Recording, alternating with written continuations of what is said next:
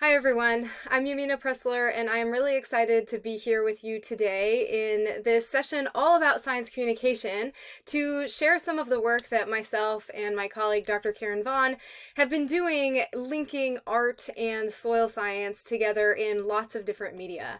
And so I first want to start by thanking the organizers of this session. I really appreciate the invitation and I'm really looking forward to hearing from all of the rest of you about how we can better engage our science with all kinds of different communities. So our talk is entitled Artistic Expressions of Soil, Build a New Narrative for Soil Science Communication. So I want to begin by thinking about the picture that many people have in their mind when they first think of soil. And it might look something like this. And in fact, when you Google soil, this is what you see. This potting soil that is framed as this important medium in which plants grow. But as soil scientists, Karen and I really see soils as something that looks more like this. Soils are colorful and diverse and full of life. And it wasn't until I became a soil scientist that I realized that soils are so much more than just a medium for plant growth, and that soils are all kinds of different colors and shapes and forms, and that they exist in this great diversity across the entire world.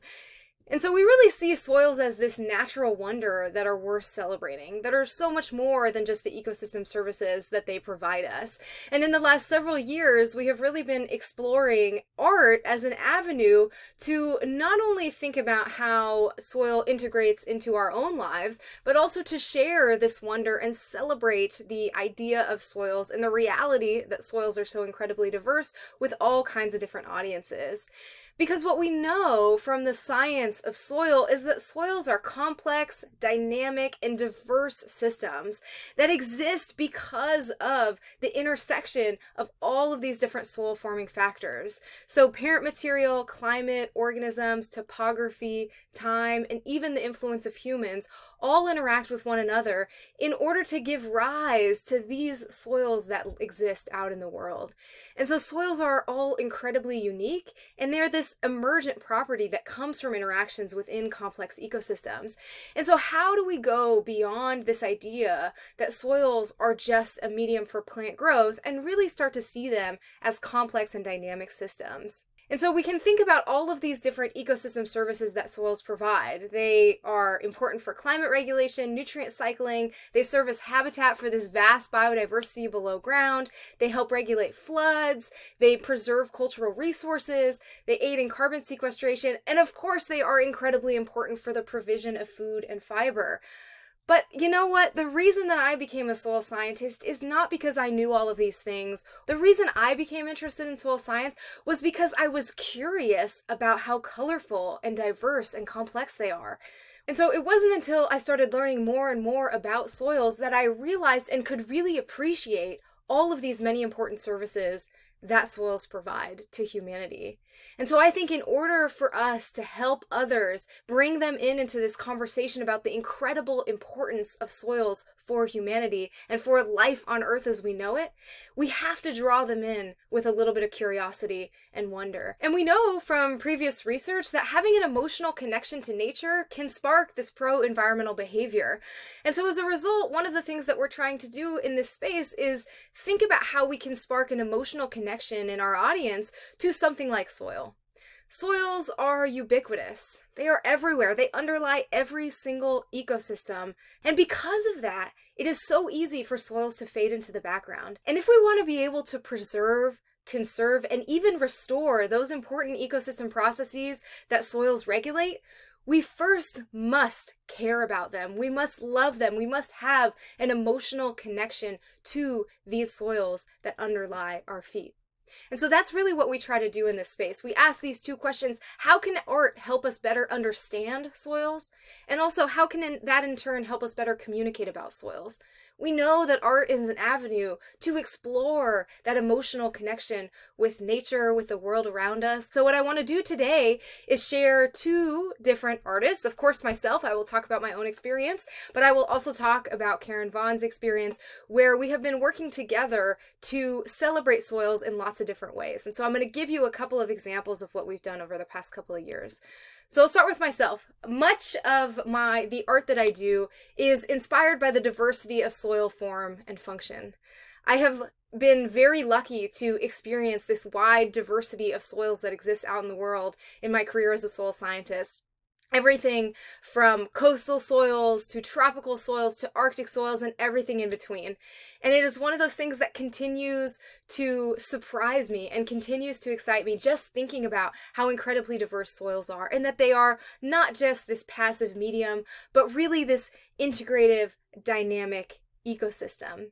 And so much of the work that I have done has been based in watercolor. I started watercolor painting a few years ago, and I really started by painting soils directly from reference photos. And so this is one of my favorite soils here on Cal Poly's campus. We call it the Oreo soil for reasons that you can probably tell.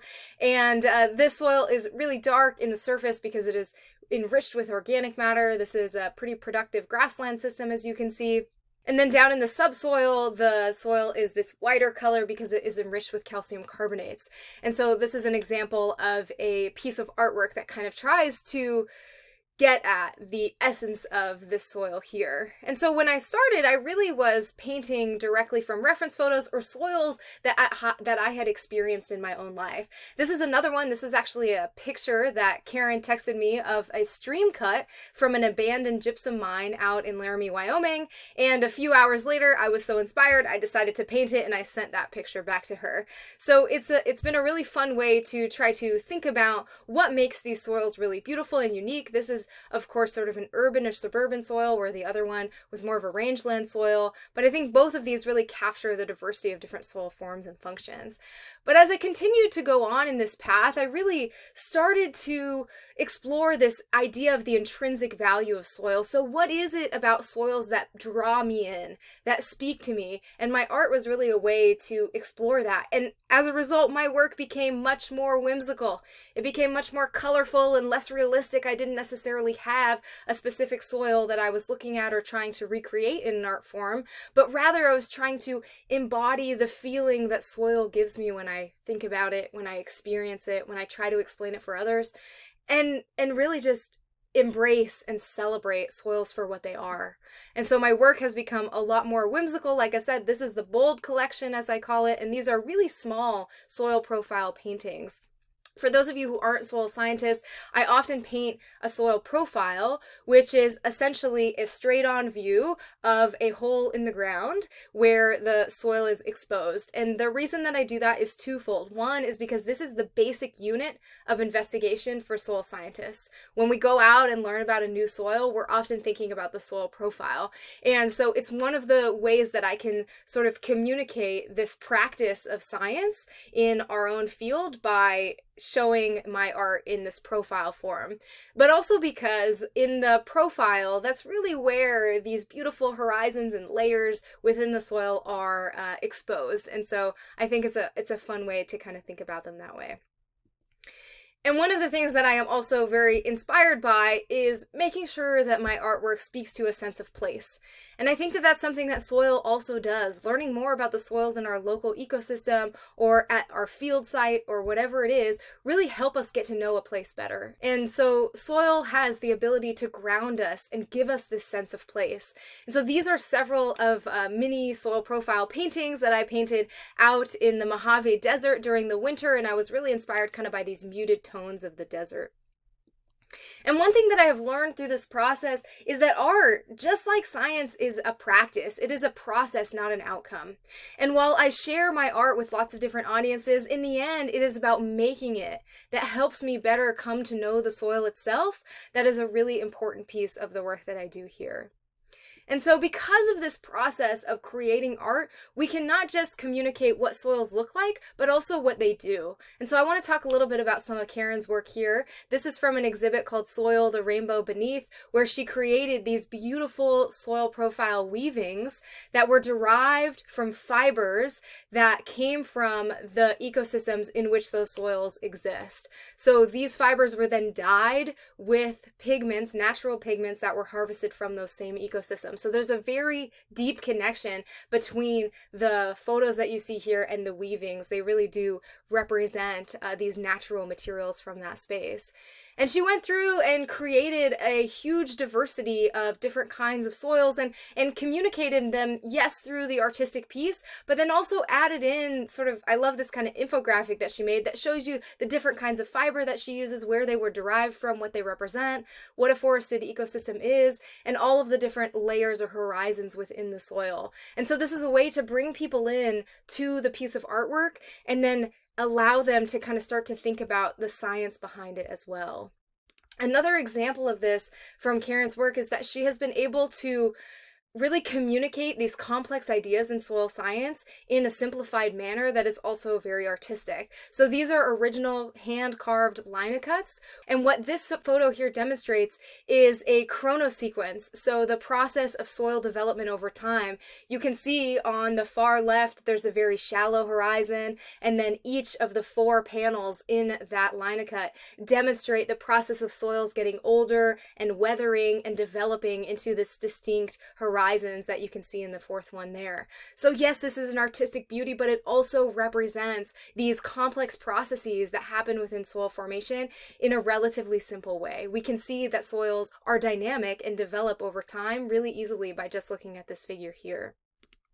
Another thing that Karen has done is created soil pigments that are hand mold. So she will collect them from out in the field and mold them into soil pigments that are used for watercolor paints.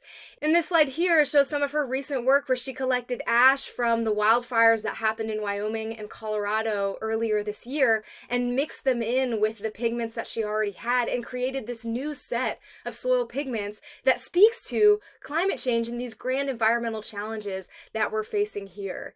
And so it's not just about creating art that is something that other people can consume or look at and enjoy, but it's also the process of making it that can help us better connect with the challenges that we are facing or the natural world in general. And through all of these different spaces, we have now built a community of soil science enthusiasts across lots of different platforms. We have a couple of different Instagram pages.